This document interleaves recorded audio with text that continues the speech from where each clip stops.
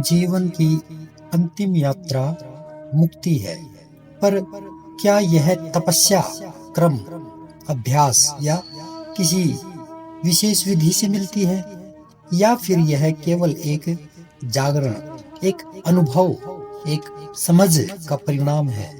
अष्टावक्र गीता का यह गूढ़ श्लोक हमें इसी गहरे सत्य का संकेत देता है। जब साधक कर्म की जटिलताओं में उलझ जाता है, तब अष्टावक्र उसे ज्ञान की सीधी राह पर आमंत्रित करते हैं, जहां कुछ करना नहीं, केवल देखना, जानना और स्वयं में स्थिर हो जाना होता है। तो आइए इस दिव्य सूत्र को समझें। यह अष्टावक्र गीता का 18वें प्रकरण में 36वां सूत्र है।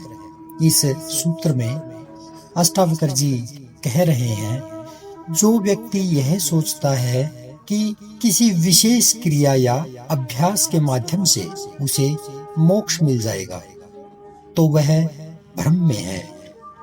जो व्यक्ति केवल सच्चे ज्ञान से जागरूक हो गया है, वही वास्तव में धन्य है, और वह बिना किसी विक्षेप के शांत और मुक्त होकर स्थित रहता है। विस्तार से समझने का प्रयास करेंगे इसे।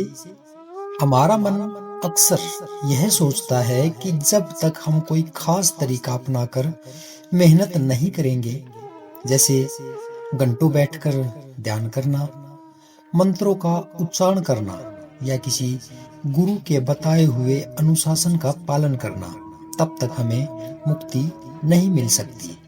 यही सोच सबसे बड़ी उलझन है। अष्टावक्र जी यहाँ पर इस भ्रांति को, इस भ्रम को समाप्त कर रहे हैं और कह रहे हैं कि कोई भी व्यक्ति जो यह मानता है कि अभ्यास या प्रयास से उसे अंतिम सत्य प्राप्त होगा, तो वह अपने विचारों में ही उलझा हुआ है। वह व्यक्ति लक्ष्य से भटक गया है, क्योंकि वह अब भी बाहर की चीजों में मुक्ति ढूंढ रहा है। मुक्ति वास्तव में कोई ऐसी चीज नहीं है जिसे बाहर से लाया जा सके। यह तो आपकी अपनी मौलिक स्थिति है, जो अभी भी वैसी ही है जैसी सदा रही है। बस आपको उसका भान नहीं है, आपको उसकी जानकारी नहीं है। जब तक यह एहसास नहीं होता, तब तक आप प्रयास करते रहेंगे। लेकिन जिस दिन आपको यह सीधे अनुभव हो गया कि आप शरीर, मन, भावनाओं और विचारों से अलग हैं, उसी क्षण आप स्वतंत्र हो जाते हैं।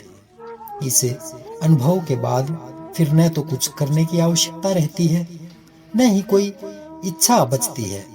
व्यक्ति शांत हो जाता है, सहज हो जाता है। अब न कोई चिंता, न कोई संघर्ष।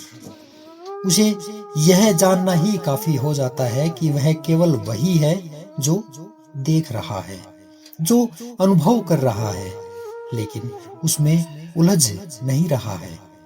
इस स्थिति में पहुंचने वाला व्यक्ति कुछ भी खास नहीं करता, बल्कि वह अब किसी भी अभ्यास के मोह में नहीं फंसता।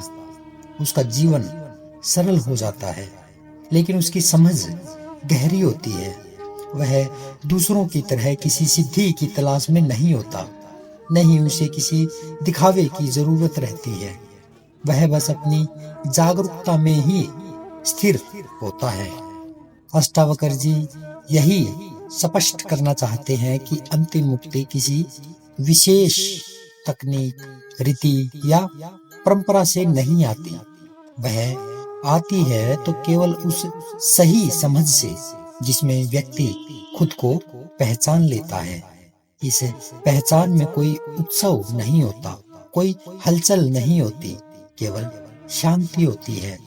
जो इस शांति को पा लेता है, वही वास्तव में धन्य है। अंततः इस श्लोक के माध्यम से हमें यह संदेश मिलता है कि सच्ची मुक्ति कोई बड़ी चढ़ाई नहीं, बल्कि अपनी ही गहराई में उतरना है।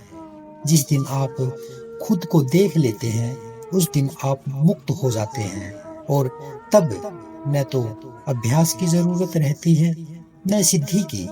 केवल शुद्ध समझ ही जीवन को पूरी तरह बदल देती है। यही अष्टावक्र जी की सिखावन का सार है, उनकी सीख का सार है, सरल, स्पष्ट और पूर्ण। इसी के साथ कल फिर मिलेंगे एक और नए सूत्र के साथ। तब तक के लिए नमस्कार।